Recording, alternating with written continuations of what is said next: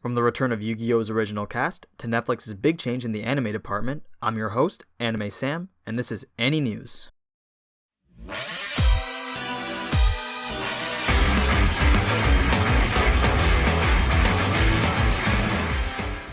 So to those who are returning to my channel, welcome back, and to those who are watching for the first time, I hope you like what I have to offer. So let's get right into it with today's first preview. On Saturday, Bandai Visual released a trailer for the second season of Tales of Zestiria the X. Season 2 is a direct continuation of Season 1, and will continue to follow Sule through his adventures as a shepherd that is tasked with eliminating calamity from the world. I've personally only seen a couple of episodes of the first season, but this is honestly one of the best shows out there right now in terms of visual appeal. Everything from the character design to the backgrounds and the settings are created beautifully. The second season actually begins airing today, so I definitely recommend checking it out if you have the time. So moving on to the next preview, a PV for the upcoming anime series Saiyuki Reload Blast was released a few days ago. Now most of you most likely haven't heard of the Saiyuki Reload series before, but this is actually going to be a continuation from the 2003 and 2004 series Saiyuki Reload and Saiyuki Reload Gunlock. The essential plot for this series revolves around a traveling group of what can only be described as anti-hero-like heroes. They have been tasked with going to India in order to stop the resurrection of a demon king. The series is set to release this summer, so I guess if you've been waiting for 13 years for a continuation, waiting another 7 months shouldn't be too bad, right? So now we have yet another preview to a direct sequel of a long-running series, Sokyu no Fafner. This new installment is called The Beyond. Since this mecha anime has had so many works done in the past, I'm not going to bother to try to explain the plot. However, the mechs in the trailer seem to be animated fairly well, and since the Fafner series has been going on for so long, I'm sure it won't be bad. The trailer shows events that happened in the past and hints at some of the upcoming stuff. There is no set release date yet for this show, but I'll be sure to keep an eye out for it and keep you guys updated. So the final preview on my list is something that I just had to share with you guys. I'm sure we all watched the original YuGiOh when we were younger, so it was pretty cool to see that the original characters were returning in the upcoming The Dark Side of Dimensions movie. But what was even better was that the US trailer was released a few days ago, and that starred the same voice cast from the original show. So here, I'll let you take a listen.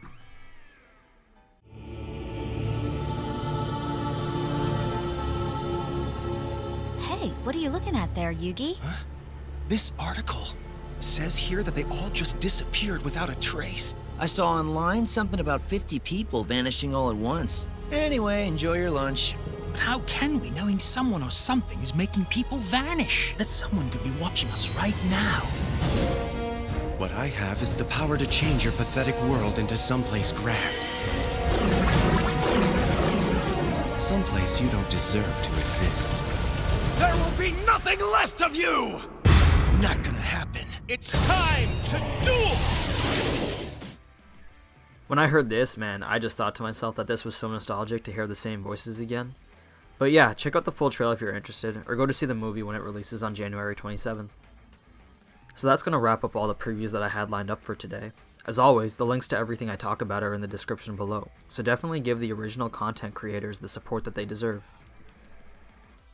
So now, moving on to the recent news, I have a really big story today for you guys, but first, there's just a couple of movie announcements I need to go through. The second fairy tale film, Dragon Cry, that was announced back in the summer of 2015, finally got an estimated release date of the spring of 2017. An official Twitter account and website have also opened up, which I will also be including in the description below. The second movie is the Prisma Ellie movie that got announced a few months ago. The estimated release date was recently revealed in an article from the Otakumu, and it is slated for release this summer.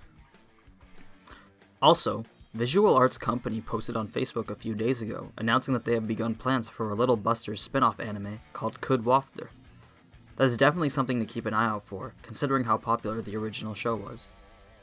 Another little article that I wanted to share was that it was recently revealed that our favorite blue-haired demon's voice actress, Inori Minase, is returning this season in another show called Gabriel Dropout. She will be voicing the character of Tapless Himeno and will be appearing in the first episode airing tomorrow. Whether or not she will voice another best girl will remain to be seen, but this show is definitely not going to be a tear-jerking anxiety fest like ReZero. Now this next story may change the anime industry as a whole. Netflix recently put out a job posting for the position of a director of the anime section of their channel.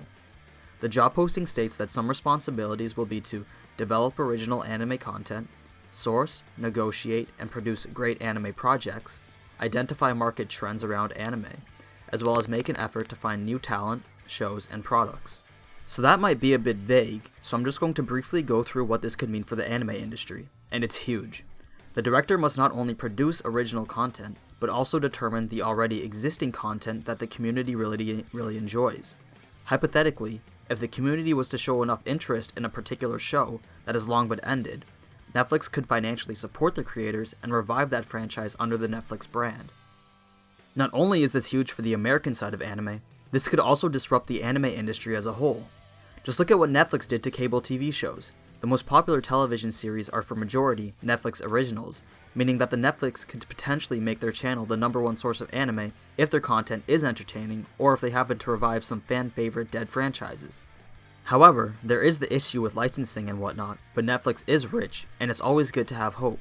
I never thought that Young Justice was going to come back, but I was so excited when Netflix confirmed that Season 3 was going to be released. All in all, I personally think this is something that could benefit the anime industry as a whole, especially if Netflix does it right. So if they are able to help both the Western side of anime, all while supporting the Japanese studios, I think that something great can come from this. But for now, all we can do is wait and see what happens, but I'm certain that the future of anime is looking fairly bright.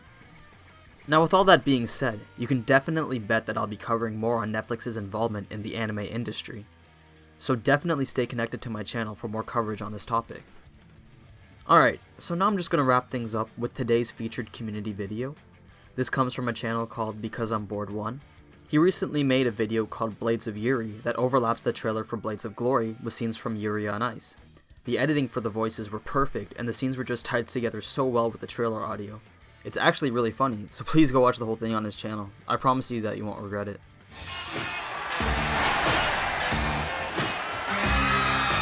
That was disgusting. That, young man, is how babies are made. Ladies and gentlemen. Alright, so that's going to wrap things up for my show today. I hope you enjoyed watching it as much as I enjoyed making it.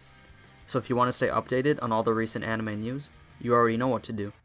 You can expect another video to come out over the next few days, but until then, ciao!